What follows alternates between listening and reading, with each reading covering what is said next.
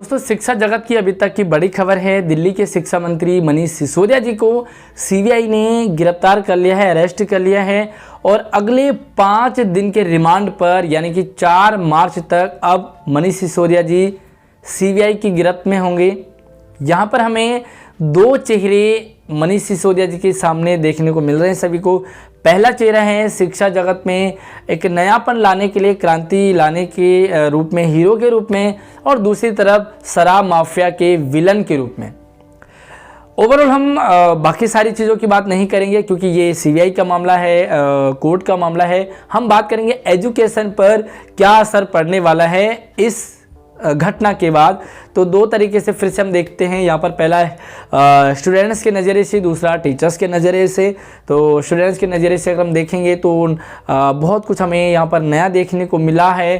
For example के लिए business blaster हमें एक नया प्लान था, ईएमसी, हैप्पीनेस, देशभक्ति, एसओएससी, वर्चुअल स्कूल मॉडल हो चाहे स्पोर्ट्स स्कूल हो, तो ये सारी जो नई नई चीज़ें स्कूलों में देखने को मिल रही है। अगर ये जो सारे आरोप लग रहे हैं और अगर वो शराब माफिया के विलन के रूप में सामने आते हैं तो सारी जो उनका पद है शिक्षा मंत्री वाला वो उनसे छिन जाएगा और किसी दूसरे को मिल जाएगा। अगर वो हीरो के रूप में होते हैं, अगर वहाँ से इज्जत बरी हो जाते हैं तो फिर से अपना कार्यभार वापस संभालेंगे। लेकिन अगर वो अंदर होते हैं, जेल में होते हैं, विलन के रूप में प्रूफ हो जाते हैं, तो फिर उनका जो शिक्षा मंत्री वाला पद है वो किसी दूसरे को मिल जाएगा। और देखिए, सबका नज़रिया अलग अलग होता है। जो मनीष सिसोदिया जी का एक अंदाज था, नज़रिया था, वो दूसरा था।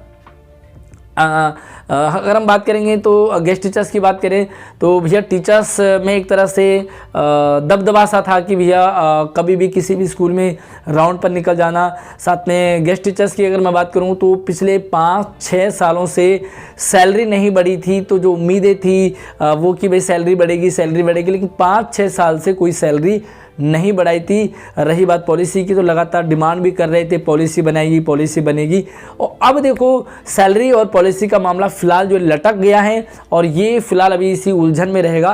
तो पॉलिसी और सैलरी का फिलहाल तो मामला अटक गया है। बात करते हैं अगर स्टूडेंट्स के नज़रिए से तो बहुत सारा कुछ नया हमें देखने को मिल रहा था। नए प्लान्स है, नए चीज़ें, एक्सपेरिमेंट चल रहे थे। एक तरफ से बुनियाद को लेकर के हो, समर कैंप को लेकर के हो, तो वो सारा का सारा जो एक नया मंत्री हमें मिलेगा तो वो नए मंत्री का अपना नज़रिया है, अपना अंदाज है काम करने का।